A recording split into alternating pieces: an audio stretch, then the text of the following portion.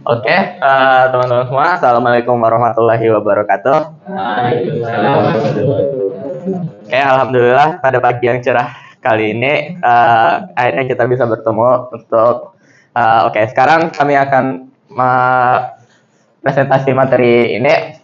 Sebelum itu disclaimer dulu, karena ini materi yang belum pernah kita pelajari dan ini lumayan berat ya. Jadi mungkin kita nggak akan bahas sampai dalam banget, cuma dasarnya doang. Kalau misalnya kayak berenang di pantai, cuma di tepi pantainya doang.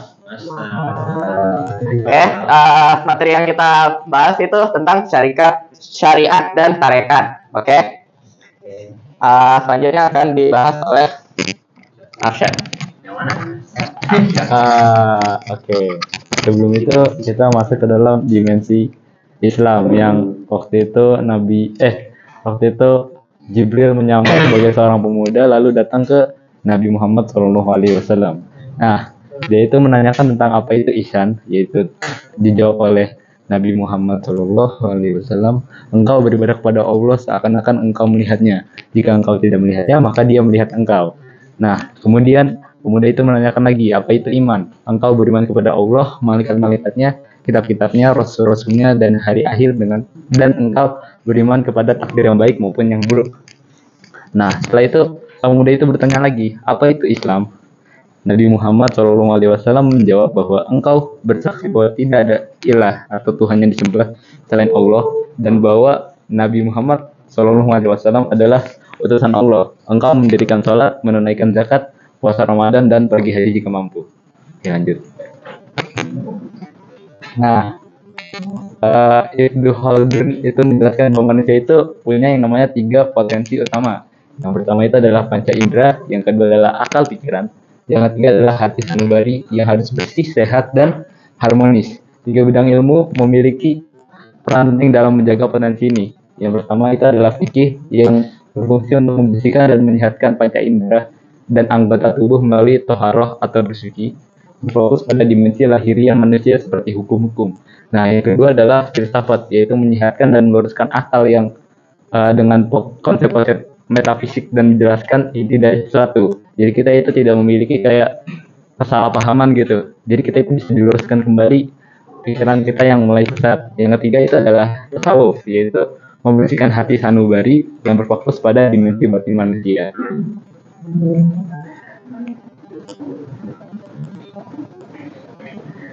Nah, ini ada quotes ya. Jangan menyerah, kamu sudah terlalu jauh untuk berhenti sekarang. Oke, ini ada tingkatan tasawuf. Yang pertama itu adalah yang tadi akan saya bahas itu adalah syariat. Dalam konteks tasawuf ini adalah jalan atau aturan yang ditetapkan oleh Allah untuk kehidupan manusia. Kata syariat ini berasal dari kata syara'a yang berarti jalan. Syariat mengatur semua aspek kehidupan sehari-hari, termasuk ibadah, muamalah, dan adab. Bagi seorang sufi, syariat ini bukan hanya sekedar kewajiban hukum, melainkan juga sebuah cara untuk membersihkan hati dan jiwa agar dapat mempersiapkan diri untuk perjalanan lebih lanjut. Para sufi ini juga percaya bahwa syariat dan hakikat ini saling terkait.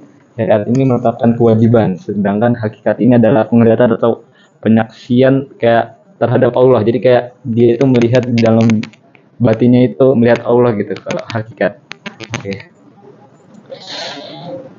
Nah, ini dia. Sekarang kita lanjut ke tingkatan selanjutnya yaitu tarekat. Jadi kalau tadi syariat itu adalah jalan yang ditempuh untuk mempersiapkan diri menuju ke tingkatan selanjutnya.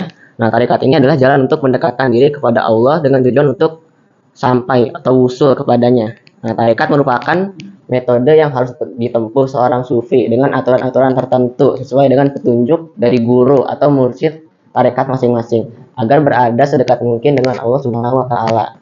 Nah, jadi tujuan tarekat adalah untuk memperkuat keyakinan terhadap syariat.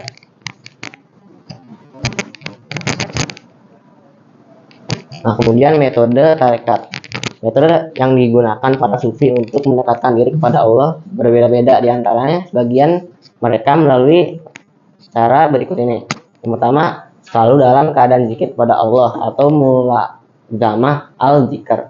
Kemudian selalu melatih diri atau riyadhah. Melatih diri ini melatih diri untuk apa? Yaitu untuk mengendalikan hawa nafsu. Contohnya seperti sekarang kita berpuasa.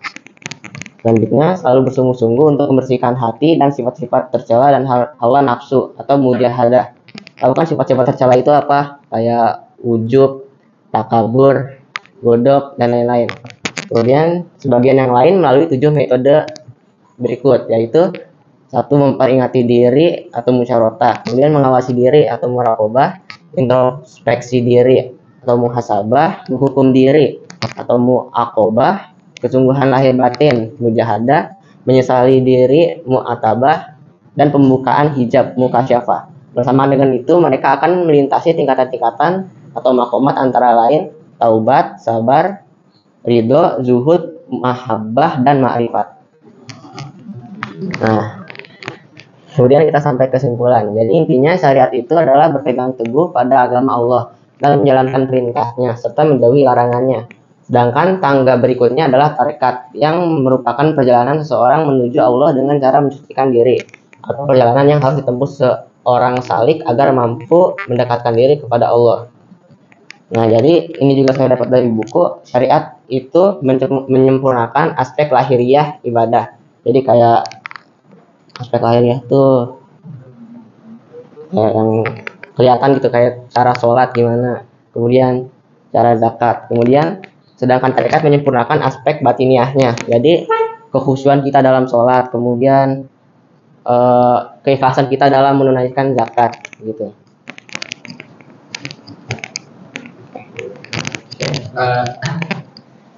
Baik, setelah penyampaian materi dari kami, mungkin ada yang masih bingung. Oh iya,